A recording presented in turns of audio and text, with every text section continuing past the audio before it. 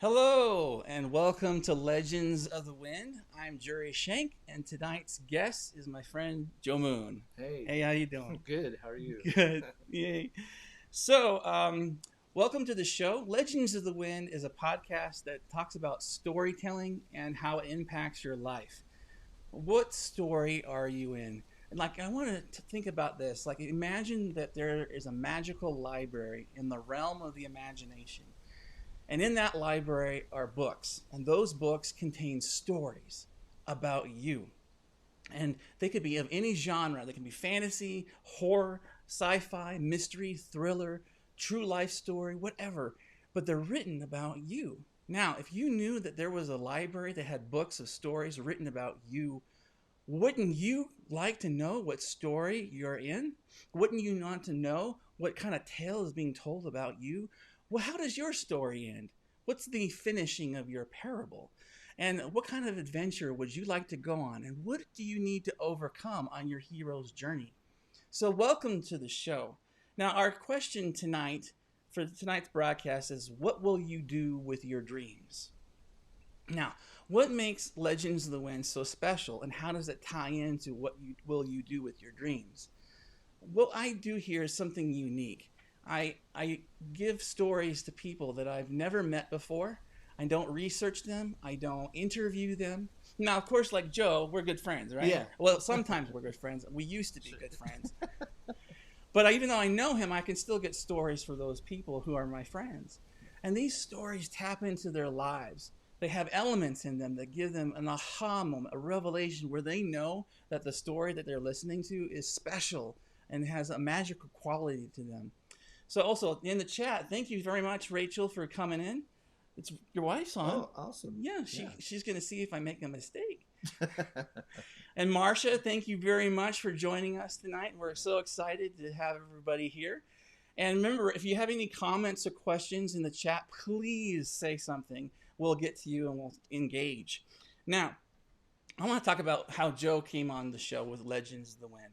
Last few weeks, I've been giving out a promotion where we had 5 free stories available to basically get a story for free.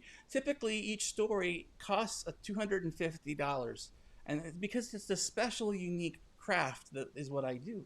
But we also want to be able to help encourage people and give them a sense of what it is at no cost. And so Joe was the first person to sign up for that promotion. Now, as far as I know tonight, there are only 2 slots available for a free story. So if you go to legendsofthewind.com and go to the store, and at the top there's called a free Become a Legend. And you can sign up there and get an order in for a free story. Now, if there are no more slots open, we will have a promotion later on at some point, but we would welcome and appreciate your business. Now, these stories I've written about 70 of these, I believe, and I've got a publisher that has put some of my writing in a book form, and it's an ebook and audiobook. And my wife Alisha did this amazing illustration of the book cover from the story, The Fire Bear. And so this book's available on Amazon, and you can find it there. And by the way, thank you for those who have given me a review on Amazon. If you've still purchased my book, thank you. And if you haven't done a review, please go to Amazon and give me a review. We'd like to communicate to everyone else what your experience is. Now, welcome to the show. All right, Joe, you're on. All right. Okay. So this is my friend Joe Moon. Why don't you introduce yourself to the audience? Okay. I'm Joe Moon, and I'm Jurri's friend, and and I'm glad to be on the show tonight. Yeah. Awesome. So you're from Thermopolis, Wyoming. Yep. We've Okay. we've been here in Thermopolis for 10 years now. All right. Yeah. And what do you do?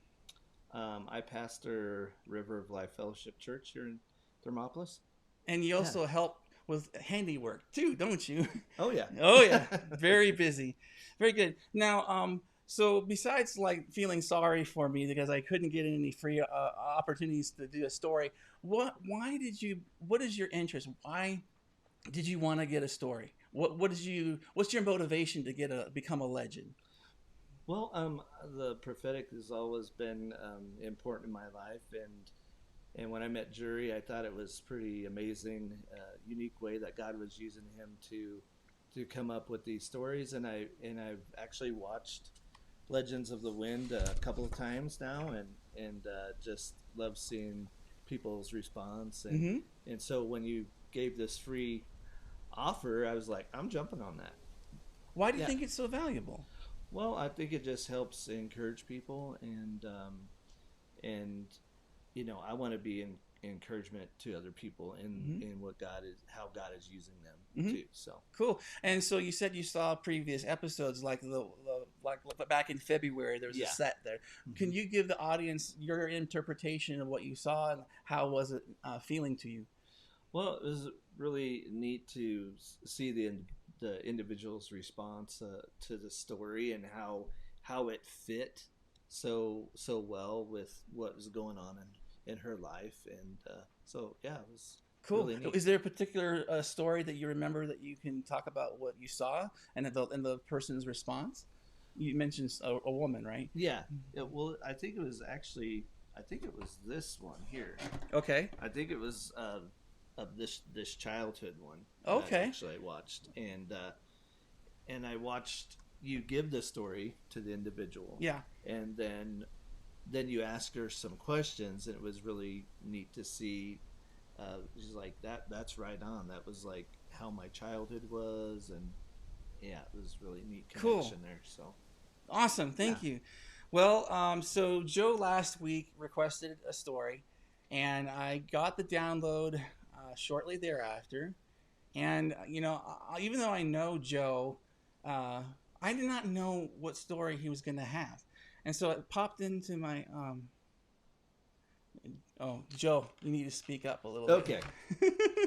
Thank All you. right. My great production assistant just chimed in. And so I was going back. I did not know what story I was going to have for Joe.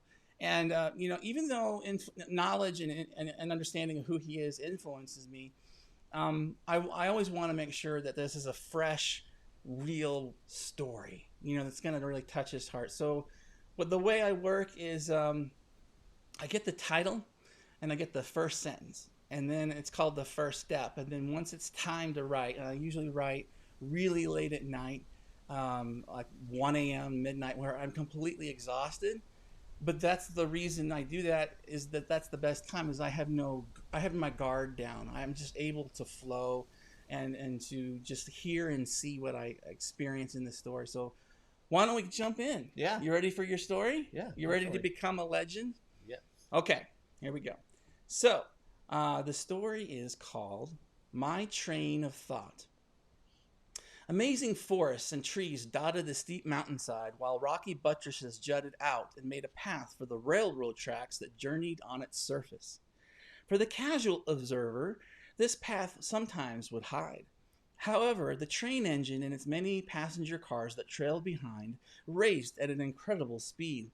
The color of the engine was a deep green that seemed to camouflage it as it traveled through the forest. The passenger cars were all black and their windows were dirty. This particular vehicle didn't want to be seen. This was true for even its passengers, especially one who was alone in the very back car just before the caboose. Joe always liked the end of things. He had circled many mountains on different trains before, and when that journey ended, he would find the next adventure. There always seemed to be a sense of direction at the end of the previous season. Joe had the leading and the peace in his heart, but this time things were different. This new conductor wasn't operating the same as before. In fact, Joe knocked on the train's engine's door many times, wishing to speak to the conductor, but there was no answer. Joe peeked into the window, and the vision was blurry because the heat of the fire from within the engine warped the glass and stained it. The coal was burning hot, and there seemed to be plenty of fuel. Joe didn't understand the silent treatment he was receiving. So Joe went back through all the passenger cars, and as he walked, he saw the other travelers. They seemed to be ghosts or beings of mist, not real people. Joe tried to look at them, but their faces were not apparent. Even those who joined him were figments of his imagination. His vision was not clear. Joe went to the end, sat, and waited. He saw the caboose. It was the only car that had some color, which was red, of course. He knew that the color meant to stop. He thought about how his other journeys always ended well, but he had a tugging in his heart that somehow things would become clear. The train entered a long tunnel that reached deep into the mountain. Everything went dark, and the interior car lamps flickered on and dimmed up and down in brightness. Joe grabbed his ticket and tried to read. He couldn't verify his destination. Joe scratched the dirt that marked the ticket with his fingernail. However, he had few fingernails left because he chewed on them. The entire trip seemed to be a nail biter. All of a sudden, the train exited the dark tunnel, and the tracks began to climb up the mountain on an incline. Joe looked out the window and saw he was above the tree line. Remnants of snow surrounded the slopes of the mountain. Rocks and stone walls were now the ornaments of this peak. Joe knew winter was over and that the fullness of summer was coming. The train pursued higher elevation as Joe stood up and looked out the window. The new view gave him some comfort and hope. Off in the distance were other mountains and forests. The valleys in between them carried rivers and lakes. Joe longed for the days of fishing and floating, but today he knew vacations were not in the season's plan. The whistle of the train blew loud, and the train jerked and rattled. Something was wrong. Joe grabbed his railing above and held on tight. The racing train bounced and shook and then ground to a halt. Soon everything became still. Joe ran up through the other passenger cars. No one was there. The misty passengers were gone. Joe kept running and made it to the engine and saw the door was open and there was no one there. Joe called out, "Hello? Mr. Conductor, where are you?" Joe hopped out of the engine car and landed on the ground. Joe could smell the fresh air and feel the cool breeze of the wind. The aroma of the land refreshed his soul. Joe ran to the front of the engine and looked at the tracks. The railing of the tracks seemed to warp back and forth. But what alarmed Joe was that a large golden urn blocked the way of the engine. Joe pulled it out from underneath the engine and looked it over. Written on it was the word dreams. A voice behind him spoke. "Excuse me, that's mine." Joe turned around and saw an old man with a cane standing before him. The elderly gentleman's shoulders hunched over, and he shuffled toward Joe, holding his hand out. Joe said, "I'm sorry, this is yours?" Joe handed the urn and returned it to the old man. "Yes, it's for me. I'm going inside soon, if you know what I mean," the old man chuckled. Joe's face showed shock. This man was definitely of old age, and he was mocking himself about being cremated, and placed into this urn.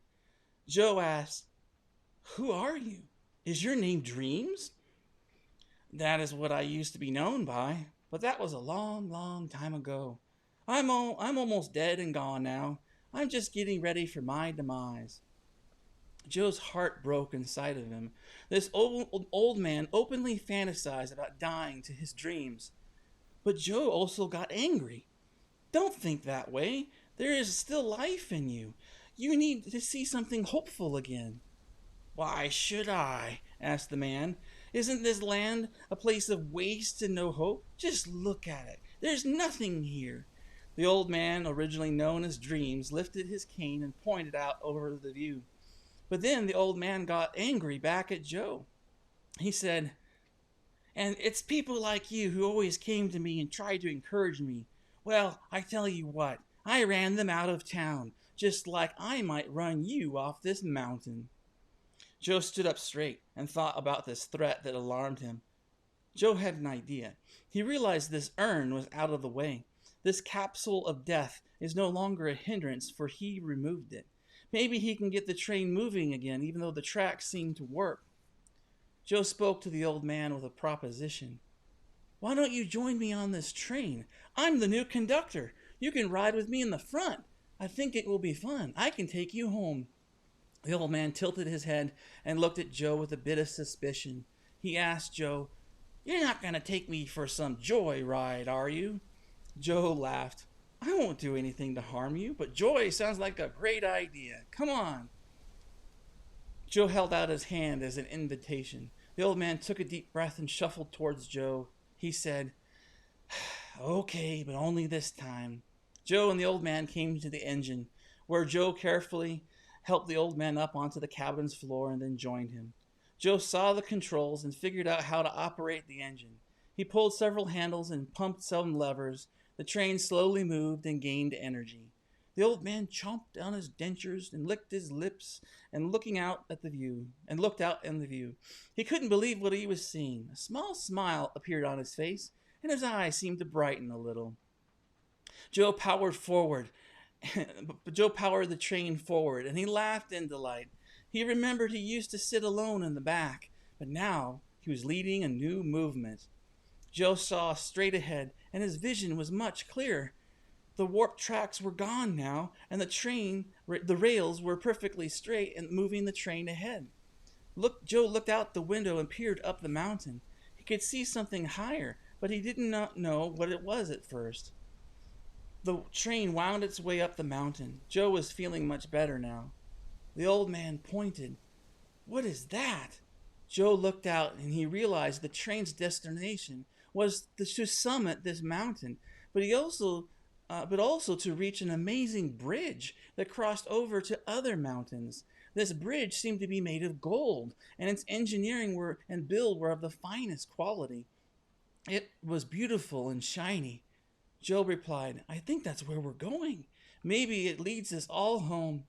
Joe heard the man laughed. Joe turned around, and what he saw shocked him. The old man before him transitioned from an elderly man who was on death's door to a younger version of himself. Dreams were coming back to life. Joe smiled in amazement, for he saw a miracle in front of his own eyes. Dreams became youthful again, and soon his age became as if he were Joe's own son. Dreams laughed for joy and jumped in delight. Joe hugged him, and they held each other in a loving embrace. Joe looked into Dream's eyes and said, "You came true. You actually came true." Together, Joe and his son Dreams made their way to the summit and found their home. After some work there and getting some problems solved, soon they were on their way across the Golden Bridge and made friends in the other mountains. Joe never forgot the miracles he saw along the way. Countless lives and families transformed for the better because of Joe and his train of thought. Inceptio. That's good. Cool. So I always know that whenever someone hears it live for the first time, they're a little bit of a shock, right? You feeling okay? Yeah. And so I know that they may have trouble putting their words together, but you're a smart man, aren't you? Giving you a hard time. So I know you need to process a little as you think on your feet. It's okay. Sure. But what did you see in this story? I guess I could see maybe bits and pieces of life's transitions and different things that my family and I have been on. You know, like a journey, a grand adventure. Okay. Yeah. So would that be like the story saying you were on other mountains before? Oh yeah, definitely. Okay. Yeah. And I think this story talks about Joe having a vision problem and also a connection with a difficulty connecting with the conductor. Does that mean anything to you? Does that connect with you in the story in any way? Well, yeah, I think just this journey with the Lord Mm-hmm. is somewhat like that. Mm-hmm. Um, not always being on the same page, Mm-hmm. and sometimes the unknown of what he has in store. So It's the yeah, mystery of it all. yeah, it Yeah. is. Um, so kind of unpacking some of the symbols or some of the things in the story. What do you think about that urn that was underneath the front of the engine? Does that Hmm. speak to you in any way? Oh yeah, there's I think times in our lives where we feel like our dreams are dead, Mm-hmm. and but God is the one who can resurrect those dreams, Mm-hmm. and yeah. And what do you think about the story of Joe interacting with the old man? Like, what does that say to you? um I kind of see it as maybe some old dreams, or could be a symbol of like wisdom too. Mm, Yeah. okay. And Marcia says, "Good word, Joe, about dreams being dead." So we live in Thermopolis, right? Mm-hmm. And I know that we just had graduation recently. And a lot of I mean, even for me, when I grew up here, I wanted to get out of Dodge, Yeah. right? And I wanted to go get my education and pursue that. And I know that suicide here in the county is pretty much of an issue. Yeah. Do you see anything in your story that would speak to the context of the area, the land, the people? And would this story bring hope in any way in that sense? Oh yeah, I definitely see that.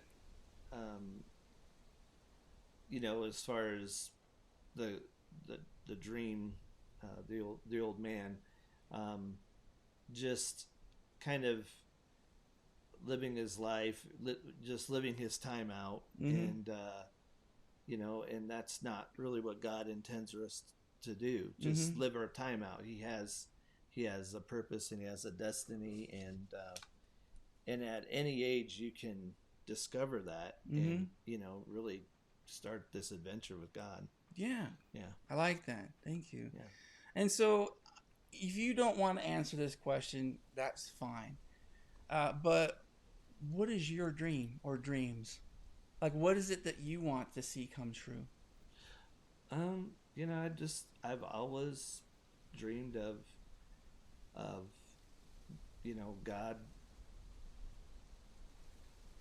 just just really touching a community to the point where it transforms everything about that community And and the people in yeah, the community. and so without like being religiously loaded terms, what would that look like? Yeah. What would paint the picture for us? To me, we use the term revival or restoration or awakening, and families restored, people's lives restored, the broken things put back together, Mm, and just peace and grace resting on a community mm-hmm. in such a way that it would attract uh, people. Mm. Yeah. Yeah, I like that. Mm-hmm. That's good because we want to see people restored and healed of physical elements and Mm-hmm. emotional trauma. We want to see the economy change for the better. We want to see prosperity in every way, right? Yeah. Awesome. So let me see here. Is there any couple other things that you want to think about the story that speaks to you in any direction you want to take? We talked about you personally with your past, Mm-hmm. and we talked about the community angle. Yeah. So, like, I know that you talked about having trouble hearing and seeing. Can you talk about more right now, where this story speaks to right now? Well, right now we're in a time of transition, Mm-hmm. and so um, to me, when we started on the tracks, and they straightened, and we started up Mm. in elevation, going into higher places or up into the mountains. I really see that that's kind of our direction right now, Okay. and that's kind of our trajectory. So Awesome. yeah. Awesome. So you have a lot of hope. Oh yeah. Yeah. And one last question about your story is, what is it that you would tell the audience about how you received your story tonight? Like, how would the audience hear from you about how this is giving you good hope? What is this giving you tonight that you didn't have prior? I think just that kind of confirmation that God's at work, and sometimes you begin to question, okay, what are you doing, God?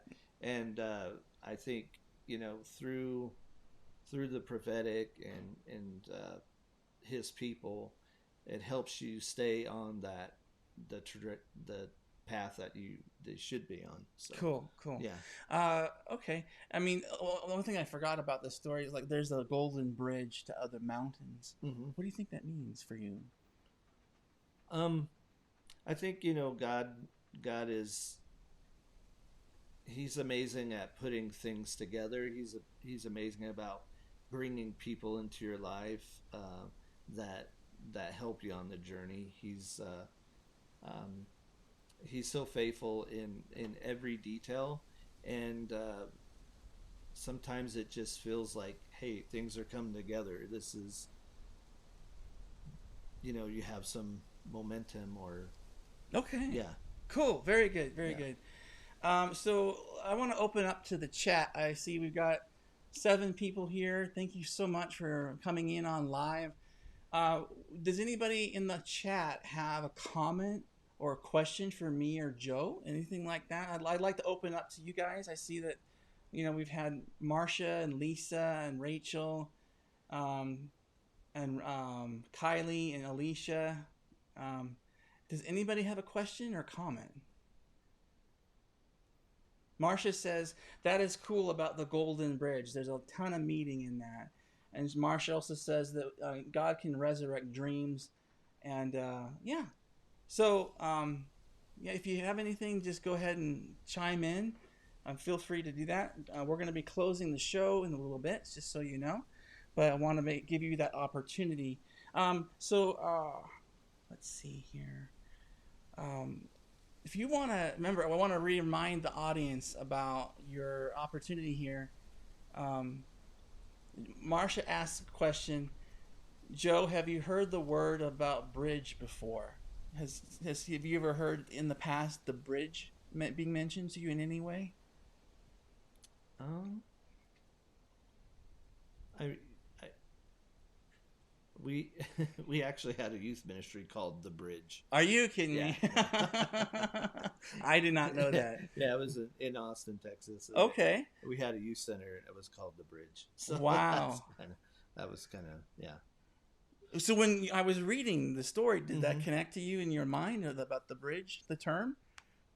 Well, I think just even bringing it back up again just kind of spurred on some memories. Good or bad memories? No, those are great. Oh, memories. good. Oh, good. Yeah. Cool. Yeah. Very awesome. Yeah. Well, is there anything about the bridge and the youth group in Texas that connects with the story in some way? I guess just working with some youth who came from pretty rough backgrounds in places, and just in fact we had just painted the outside of our building. Okay. And it was on a corner in a pretty rough neighborhood, and the day after it got painted, some kids came and they tagged it with graffiti. Okay. Just really fast tags. Right. So, right. I was able to kind of put the word out on the street that I wanted to kind of talk to the kids who did that. I didn't know if I'd get any response, but about a week goes by, and a 14-year-old boy came riding up on his bike, and he's like, well, I'm the one who painted that. And I'm like, oh, okay. Mm-hmm. I'm like, you know, you know, this is what this building is for. And if you will, I mean, I love graffiti. So if you will come back and bring some friends and put something positive on the side of the building, this is free. Oh, wow. This is a free wall for you guys. Okay. And so cool. he came back with about 3 or 4 of his friends, mm-hmm. and they just did some amazing artwork, you know, graffiti that wow. was like a positive statement okay. or, you know, encouraging. That's awesome. Yeah. So you turned something that was a negative thing into an opportunity to use the same skill level into something beautiful, right? Yeah. Gail is asking, you have an empty train. How do you see that train later? Probably full of people who were like the guy, the Dream, the guy named Dream, who, you know, I'm a people person, and I just love helping people, and I could see it full. Awesome. Yeah. That's awesome. Lisa says an awesome redirection is what she said. I think she's referring to the graffiti. Oh yeah. Awesome. Very cool. So let me take a pause real quick. So, you know, you brought up the childhood book. Mm-hmm. My wife Alisha painted this for the cover. There's a little, let's see if I get that right there. A little lonely girl with her teddy bear. And then she also did Farther Away with the illustration here. Oh, wow. Got some green in it. And I wanted to bring it up because if you were to tell the audience that what kind of a recommendation would you give someone in the audience to get their own story? Like, how would you put it to them? Well, it's pretty amazing the creativity that God gives Jurri in these stories, mm-hmm. and the detail, and it's unique. Yeah. So why would you say they need to have their own story? Well, I think you can just kind of ponder it, because it's going to take me a while to just go back through it and process it, because there might be more that God is, you know, going to draw out of that. Yeah. Yeah, because if you're always going to be seeing something new and unpacking it. Yeah. Valda Moon That's says, my mom. Mom. Hi, Mom. Hi, Mom. Joe and his brothers always worked together. Joe, the middle child, always the peacemaker, always going and funny, inviting neighborhood kids to our home. I love my 3 sons. Aw, isn't that sweet? But I'm your favorite. I knew you were going to say it. I was going to say it for you if you didn't, and everything. So that's cool. Yeah. So cool. Well, you know, tonight I believe we have 2 slots open for a free story. So go to legendsthewind.com, go to the store and sign up. If there is no more slots available, you can purchase a story for $250. And then remember, if you add on to it an illustration, you can see my wife's amazing work, and we'll have a custom book made just for you. And yes, Mom, good job on the painting. And so you can have that as well. In our store, we also do dream interpretation. We have on Amazon, and we have the book that has been published for the volume 1. We're going to be working on volume 2 coming up in the next year or so. And so go to Amazon. You can get the book. You can also get the audio version of the book, which has amazing music and sound design. It's a lot of fun. It's not just me reading. So, yeah, that's it. Remember that this show is weekly. It's on Monday nights at 7 Pacific p.m., 8 Mountain. And if you want to reach us by email, you can email us at support@legendsthewind.com. And there should be a link below on the YouTube version of this podcast for getting all the stories and books in the free order. Please remember to hit subscribe, like this show, share it with everybody, comment, hit the bell button. You know the drill. So I want to wish you a wonderful week. So, Joe, thank you so much for being my guest. Thank you for having me. And thank you. Thank you for the story. Yeah, man. Yeah. Awesome. And thanks for signing up. And we'll see you in a week. All right. We'll look forward to hearing from you soon. Have a good night, guys. Good night. Bye-bye. Bye.